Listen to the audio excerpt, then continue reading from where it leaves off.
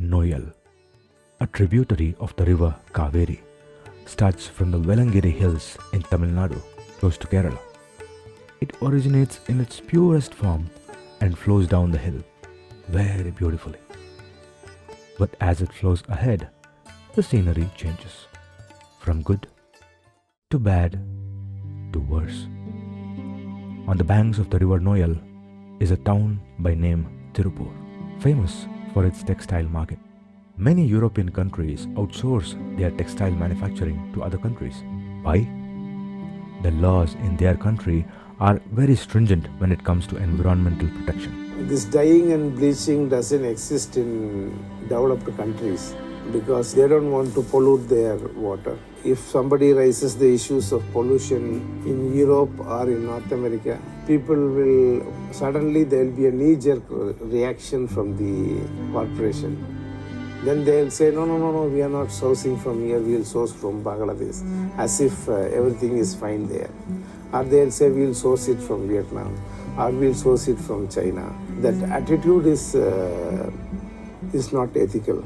Any manufacturing firm that is found to be causing any form of pollution will be subjected to huge penalties and even revoking of their licenses by their respective governments. But nylon and polyester are their bread and butter. They cannot give up on that. For their own safety and convenience, brands and corporations that have huge demand in the market get their work done outside their country's jurisdiction. For business-hungry suppliers sitting in countries like India, Bangladesh, China, Vietnam, etc., such orders are like gold. Despite this situation, India still remains the third largest carbon emitter in the world. The US, having carbon emissions as high as 8 times that of India, has the audacity to advise us to put more efforts to reduce our carbon footprint in order to save the only planet we have. The US and China have announced a plan to work together on cutting their emissions in the next decade. The world's two biggest greenhouse gas emitters unveiled an agreement at the UN Climate Summit in Scotland that includes plans to reduce methane output, phase out coal consumption, and protect forests.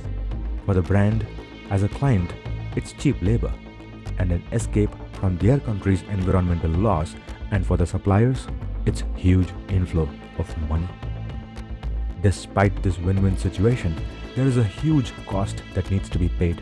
Nylon and polyester are polyfibers that are inflammable.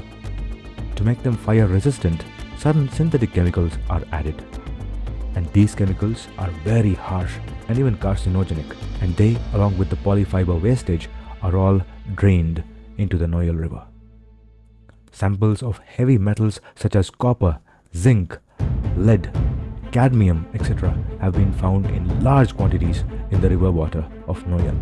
As per the Bureau of Indian Standards of Drinking Water, the pH, total hardness, chloride, nitrate and alkalinity levels of the Noyyal's water have far crossed the permissible limits.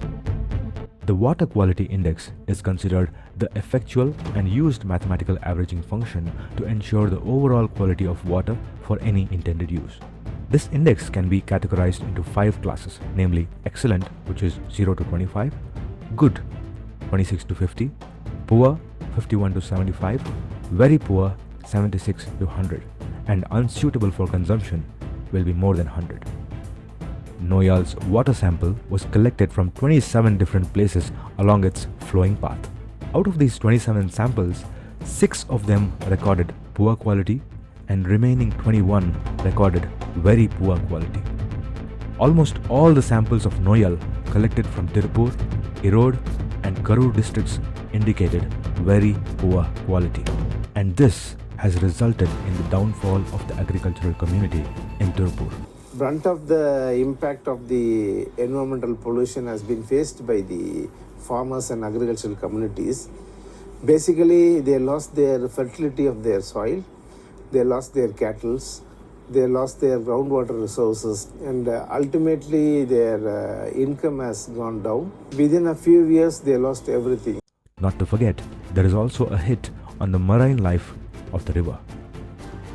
The high income of one industry has resulted in the downfall of another industry. The question we need to ask is, do we need such huge monetary gain from one industry which is causing a huge damage to another industry and also the ecosystem? One of the farmers who is a victim of this industrialization says sarcastically, "We are selling our eyes and buying a ticket to watch movie." வந்து நிறைய பேருக்கு வேலை கிடைக்குங்கிறாங்க. வேலை கிடைச்சுன்னு இத்தனை தண்ணி வருஷம் 300 எத்தனை TDS தண்ணி வேஸ்ட் ஆகுது. இது என்ன ஸ்கை சொல்கிறாங்க, கண்ணு சேல்ஸ் பண்ணிட்டு படம் ஃபிலிம் வாங்குறது. While these are the effects of the industry on the environment, there is another reason for us to worry.